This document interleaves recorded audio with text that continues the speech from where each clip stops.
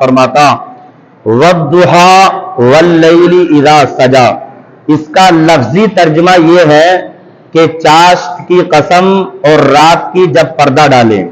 اس کا آیت کریمہ کا لفظی ترجمہ ہے.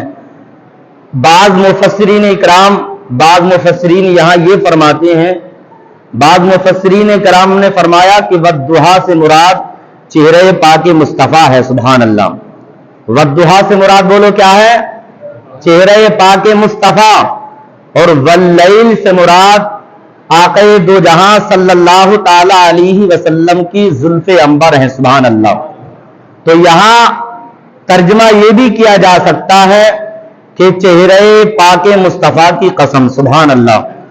حضرات محترم برادران ملت اسلامیہ، اللہ تبارک و تعالی نے خود اپنے محبوب پاک مصطفیٰ کے رخ انور کی قسم یاد فرمائی ہے، اس لیے کہ الحمدللہ اللہ تبارک و تعالی نے اپنے محبوب سے زیادہ حسین دنیا کی کسی شے کو نہیں پیدا کیا ہے. دنیا کے اندر کوئی شے، کوئی چیز ایسی نہیں ہے جو میرے نبی سے زیادہ خوبصورت ہو. ساری کائنات سے زیادہ حسین، ساری کائنات سے زیادہ خوبصورت جو ہے وہ میرے مصطفیٰ پاک دو جہاں ہیں. سبحان اللہ. حضرات محترم، اس لیے حضرت حسان بن ثابت رضی اللہ تعالیٰ عنہ نے جب میرے آقا کے چہرے پاک مصطفیٰ کو دیکھا، نبی کے چہرے کو دیکھا، رخ مصطفیٰ کو دیکھا، جن کی ہم اور آپ نعت پڑھتے ہیں، جن کی پوری دنیا نعت پڑھتی ہے. حضرات محترم، نعت پاک پڑھنا حضرت حسان کی سنت ہے، نعت پاک کو سننا میرے آقا کی سنت ہے. تو حضرت حسان بن ثابت فرماتے ہیں کہ جب میں نے آقا دو جہاں صلی اللہ تعالی علیہ وسلم کے رخ انور کو دیکھا، چہرے مصطفیٰ کو دیکھا، چہرے مصطفیٰ کو دیکھ کر کے حضرت حسان بن ثابت فرماتے ہیں، حضرت حسان بن ثابت فرماتے ہیں، حضرت حسان بن ثابت نے فرمایا کأنک قد خلقت کما تشاء.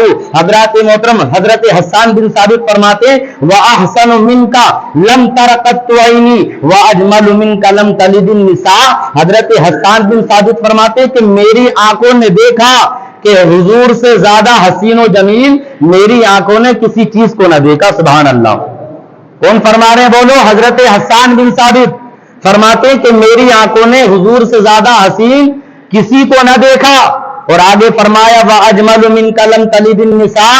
حضرت حسان بن ثابت فرماتے ہیں کہ بلکہ کسی ماں نے آقا دو جہاں صلی اللہ تعالی علیہ وسلم سے زیادہ خوبصورت کسی بیٹے کو جنم ہی نہیں دیا. سبحان اللہ. یہ ہے میرے نبی کی شان اور میرے نبی کی خوبصورتی.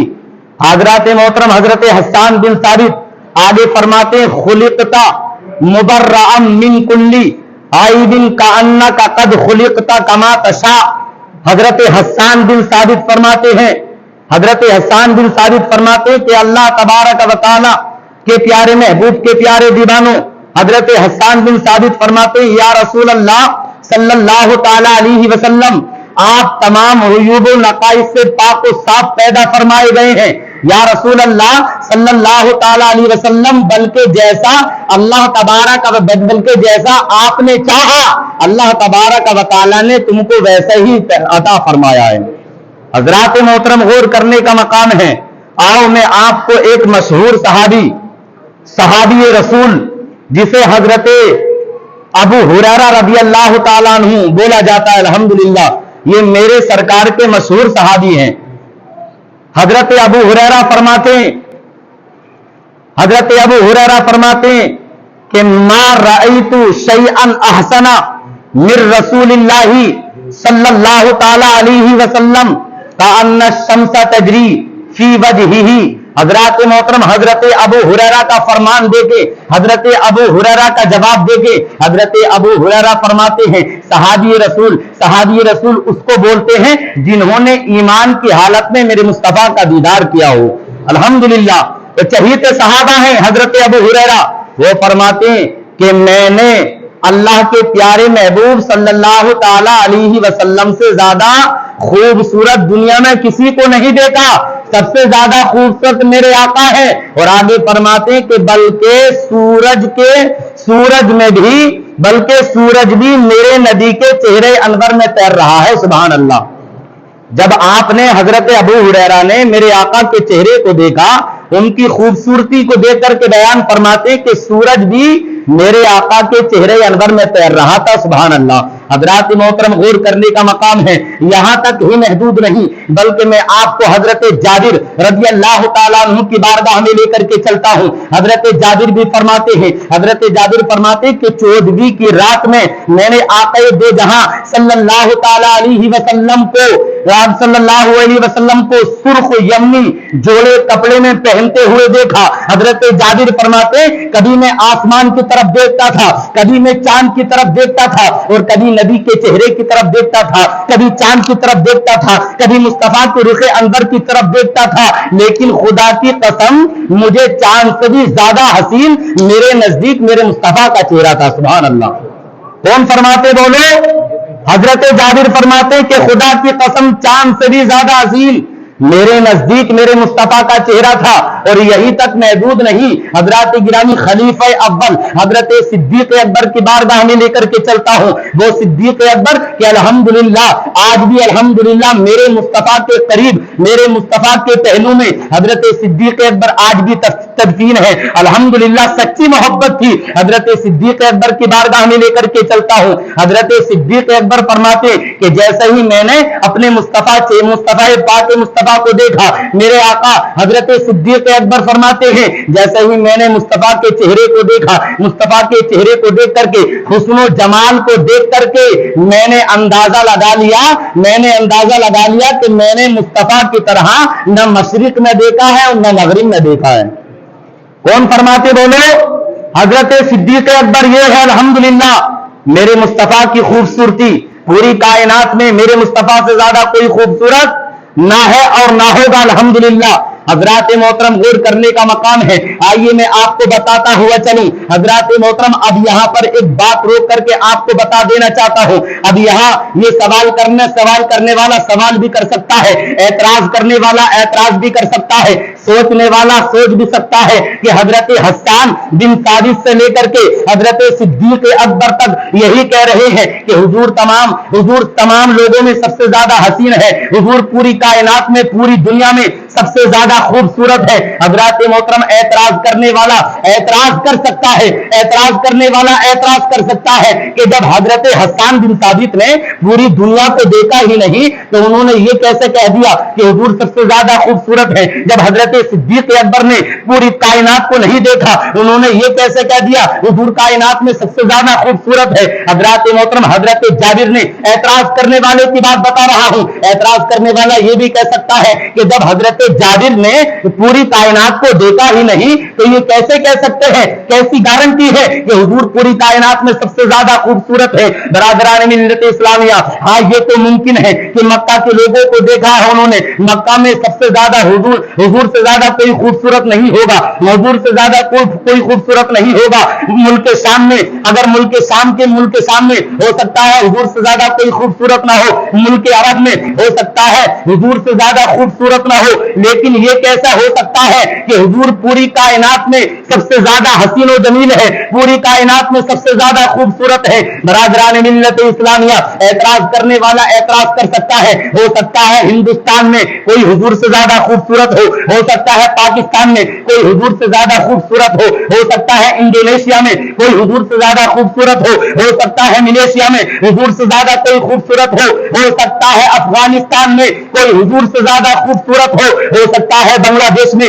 کوئی حضور سے زیادہ خوبصورت ہو سکتا ہے حضرات گرامی اور دوسرے ملکوں میں کوئی حضور سے زیادہ خوبصورت ہو، لیکن یہ کیسے ہو سکتا ہے حضور پوری کائنات میں سب سے زیادہ حسین و جمیل ہے؟ یہ کیسے مان سکتے ہیں؟ حضرت صدیق اکبر کے قول کو یہ کیسے تسلیم کیا جائے کہ حضور ساری کائنات میں سب سے زیادہ حسین ہے؟ حضرت جابر کے فرمان کو یہ کیسے مانا جائے کہ حضور ساری کائنات میں سب سے زیادہ خوبصورت ہے؟ برادران ملت اسلامیہ، اعتراض کرنے والا اعتراض کر سکتا ہے کہ حضرت صدیق اکبر نے حضور سے پہلے تمام لوگوں کو نہیں دیکھا، لیکن یہ کیسے کہہ سکتے ہیں حضور سب سے زیادہ خوبصورت ہے؟ حضور کے بعد کے لوگوں کو نہیں دیکھا، یہ کیسے کہہ سکتے ہیں کہ حضور ساری کائنات میں سب سے زیادہ حسین و جمیل ہے؟ حضرت جابر اور حضرت ابو ہریرہ، حضرت ابو ذر غفاری اور دیگر صحابہ کرام، یہ تمام لوگ، تمام صحابہ اصحاب مصطفیٰ، یہ کیسے کہہ سکتے ہیں حضور پوری کائنات میں سب سے زیادہ حسین و جمیل ہے؟ تو اس کا جواب واجد رضا قادری یوں دیتا ہے۔ حضرات گرامی، اس جملے کو نوٹ کر لینا اور اپنے دل کی تختی پر لکھ لینا۔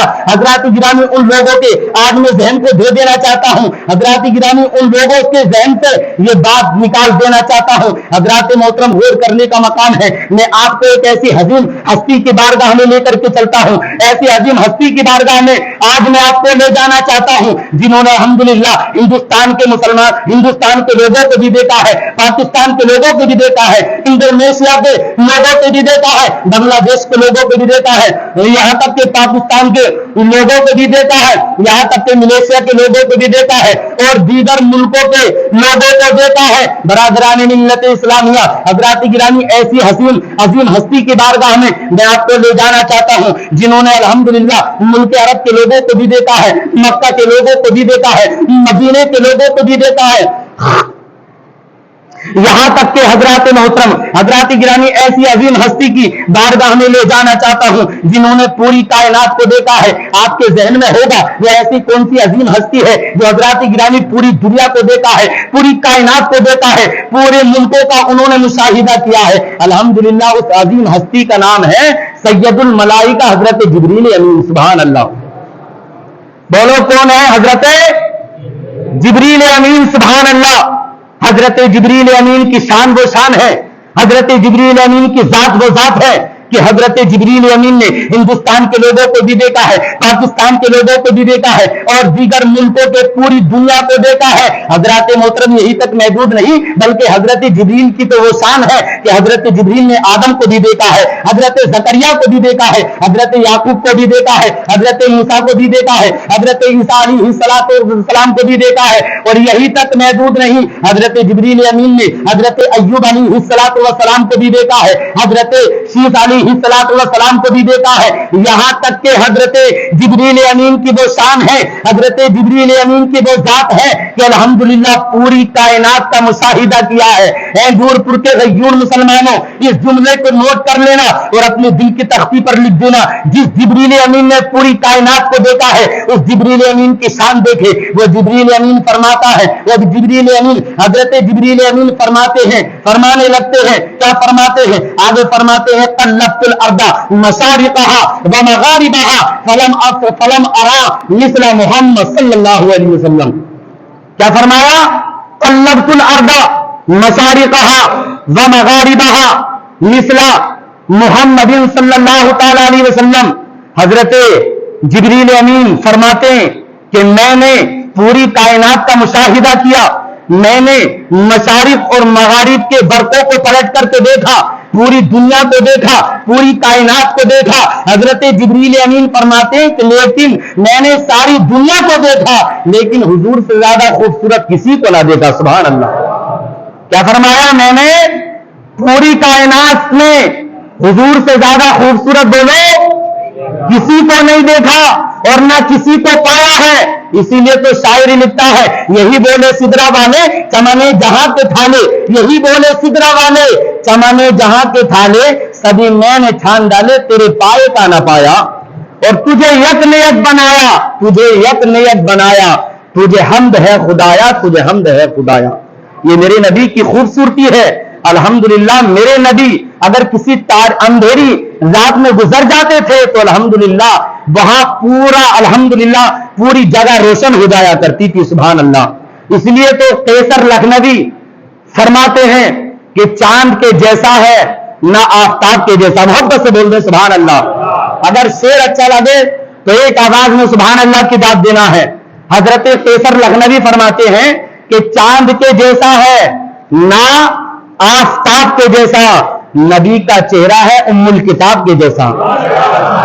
اور محبت سے بول دو سبحان اللہ. چاند کے جیسا ہے نہ آفتاب کے جیسا. آفتاب کہتے ہیں سورج کو. چاند کے جیسا ہے نہ آفتاب کے جیسا. نبی کا چہرہ ہے ام الکتاب کے جیسا. اور پورے عالم انکا میں نظر دوڑ آئی، پورے عالم انکا میں یعنی پوری کائنات میں، پوری کائنات میں، پورے عالم انکا میں نظر دیکھ آئی، ملا نہ کوئی رسالت معاف کے جیسا، ملا نہ کوئی رسالت معاف کے جیسا. یہ نبی کی شان ہے، یہ نبی کی خوبصورتی ہے. وقت کی قلت ہے ورنہ الحمدللہ آنے والے جمعے کو بھی انشاءاللہ نبی کی خوبصورتی بیان کروں گا.